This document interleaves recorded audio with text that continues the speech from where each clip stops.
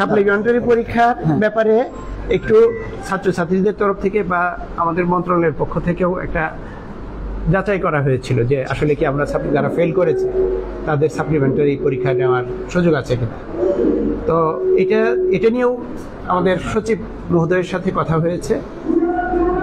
পরবর্তীতে যেটা দেখা গেল যে একটা পরীক্ষা এই ছাত্র যতটাই ফেল করুক, 5টা হোক, 50টা হোক, 5000 হোক, তাই না, এদের পরীক্ষা নিতে গেলে এদের ফর্ম ফিল আপ আছে, এদের প্রশ্ন করতে হবে, পরীক্ষা নিতে হবে।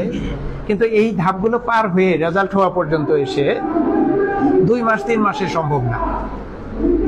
এই কারণে তারা এই সিদ্ধান্তে আগাতে পারেনি। এটা কিন্তু প্রস্তাবিত ছিল এবং আলোচনাও হয়েছে আমাদের সাথে, সব বোর্ডের সাথে।